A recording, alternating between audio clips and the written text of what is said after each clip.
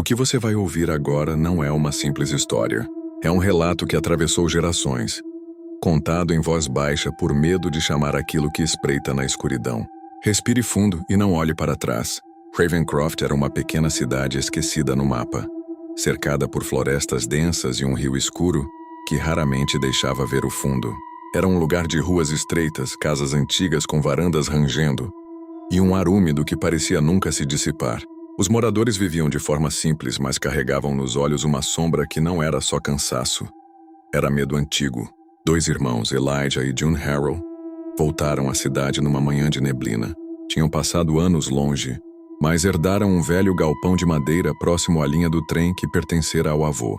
Decidiram reformá-lo e transformá-lo num bar de música para dar um pouco de vida à cidade. Chamaram o lugar de O Resíduo. A inauguração foi animada. A música se espalhou pela noite como um sopro de calor em pleno inverno. O som da guitarra de June e da gaita de Elijah encheu o espaço, e por algumas horas Ravencroft esqueceu seu silêncio habitual. Mas naquela mesma semana, começaram os sinais estranhos. O primeiro foi Tomás, um homem simples que apareceu no bar com o nariz sangrando e os olhos esbugalhados. Murmurava coisas confusas sobre ver algo no brejo. Quando finalmente se acalmou, todos perceberam que algo nele estava errado.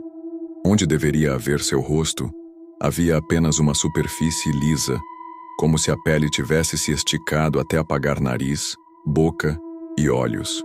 Não havia cicatriz, apenas um vazio perturbador. Depois disso, outros começaram a ser afetados. Pessoas acordavam sem o rosto. Fotografias perdiam feições. Espelhos refletiam apenas corpos sem identidade. Não se sabia se eram espíritos ou criaturas de outro mundo, mas a cidade passou a chamá-los de os sem rosto. Os mais velhos diziam que não eram fantasmas comuns, alimentavam-se de algo mais profundo. Reconhecimento. Tomavam rostos para roubar memórias, apagando quem a pessoa era. Logo descobriram que música afetava essas entidades. Canções festivas pareciam atraí-los, mas músicas antigas, que mencionavam nomes de pessoas, faziam-nos recuar.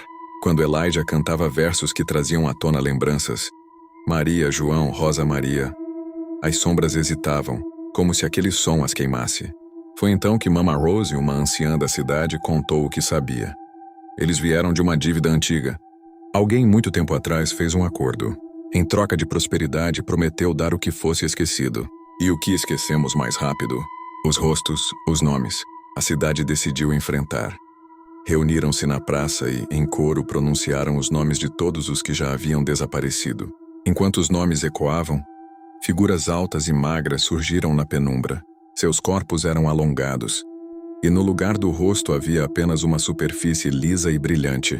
Elas se aproximavam em silêncio, como se fossem moldadas pelo próprio ar. A cada nome dito, uma ou outra recuava. Algumas chegaram a esboçar traços humanos por um instante, como se estivessem prestes a devolver o que roubaram. Mas quando a energia da multidão vacilou, elas avançaram. Uma escuridão densa cobriu a praça. Pessoas caíram no chão e, ao se levantarem, algumas estavam sem rosto. O ritual funcionava, mas tinha um preço cruel. Para cada rosto recuperado, alguém na cidade perdia uma lembrança importante. Não apenas o rosto de uma pessoa, mas memórias inteiras sumiam, como se a identidade fosse um cobertor curto. Para cobrir um, era preciso descobrir outro. Elijah e June encontraram escondido no galpão um antigo caderno com letras e cifras musicais. Era uma canção ritual, feita para proteger contra o sem rosto. Eles a tocaram numa noite sem lua, e as criaturas vieram atraídas. A cada verso, nomes eram lançados no ar como lâminas. As figuras se contorciam e algumas se dissipavam no escuro. Outras, porém, avançavam com mais força, como se quisessem calar para sempre aquela música. A batalha durou até o amanhecer.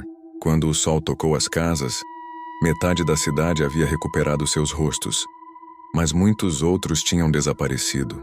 Desde então, Ravencroft vive em vigília. Todas as manhãs o sino da antiga igreja toca, e as pessoas se reúnem para dizer nomes em voz alta, como um escudo invisível contra aquilo que ronda. Ninguém mais anda sozinho à noite. E se por acaso você passar por lá e ouvir alguém chamando seu nome no escuro, não responda. Porque dizem, é assim que eles começam. Se você ainda lembra do seu próprio rosto, considere-se sortudo.